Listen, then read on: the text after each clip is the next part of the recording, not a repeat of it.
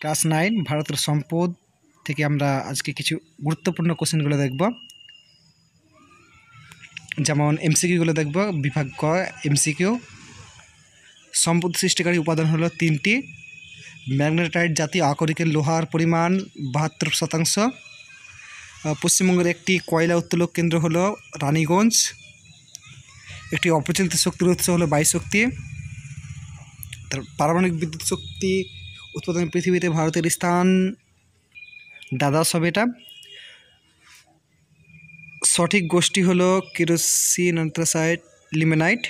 আচ্ছা, এটা ভারতের জলবিদ্যুৎ শক্তির প্রাধান্য দেখা যায় উত্তর ভারতে।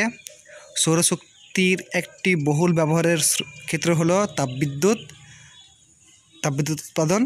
তারপরে শূন্যস্থান পূরণ আছে, দেখো। মানুষের বিজ্ঞান চেতনা এক প্রকার সাংস্কৃতিক সম্পদ। আকরিক লোহা উৎপাদনে ভারতের প্রথম স্থান অধিকারকারী রাজ্যটি হলো উড়িষ্যা। পশ্চিমবঙ্গের একটি তাপবিদ্যুৎ কেন্দ্র হলো ফারাক্কা। হিমাচল প্রদেশের পার্বতী নদীতে একটি ভূতাপ শক্তি উৎপাদন কেন্দ্র আছে। শুদ্ধ অশুদ্ধ। সম্পদ জৈবিক বৈশিষ্ট্য অনুযায়ী 2টি ভাগে বিভক্ত। শুদ্ধ এটা।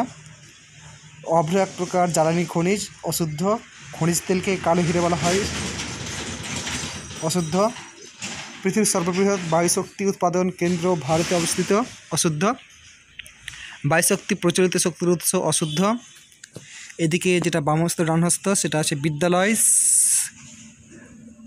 সামাজিক সম্পদ, লিগনাইট কয়লা, নেভেলি, বিদ্যুৎ শক্তি, লাম্বা, খনিজ তেল, বম্বে হাই। একটি অথবা দুটি শব্দ উত্তর দাও। আকরিক লোহার একটি ব্যবহার কৃষি যন্ত্রপাতিতে ব্যবহার করা হয়। অনেক ব্যবহার আছে, তোমরা লিখতে পারো যে কোনো ব্যবহারগুলো। ব্রহ্মপুত্র উপত্যকার একটি খনিজ তেল উত্তোলন কেন্দ্রের নাম লেখো। ডিগবয় হবে। উড়িষ্যার একটি তাপবিদ্যুৎ উৎপাদন কেন্দ্রের নাম লেখো। হীরাকুদ। ভারতের বর্তমান সৌর উৎপাদন ক্ষমতা কত মেগাওয়াট?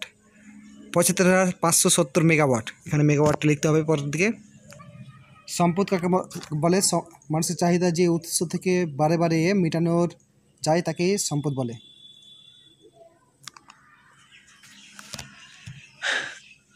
বন্টন অনুযায়ী কটি ভাগে বিভক্ত ও কী কী সম্পদ? বন্টন অনুযায়ী সম্পদ 4টি ভাগে বিভক্ত। সর্বত্র প্রাপ্য, সহজলভ্য সম্পদ, দুষ্প্রাপ্য সম্পদ, অদ্বিতীয় সম্পদ।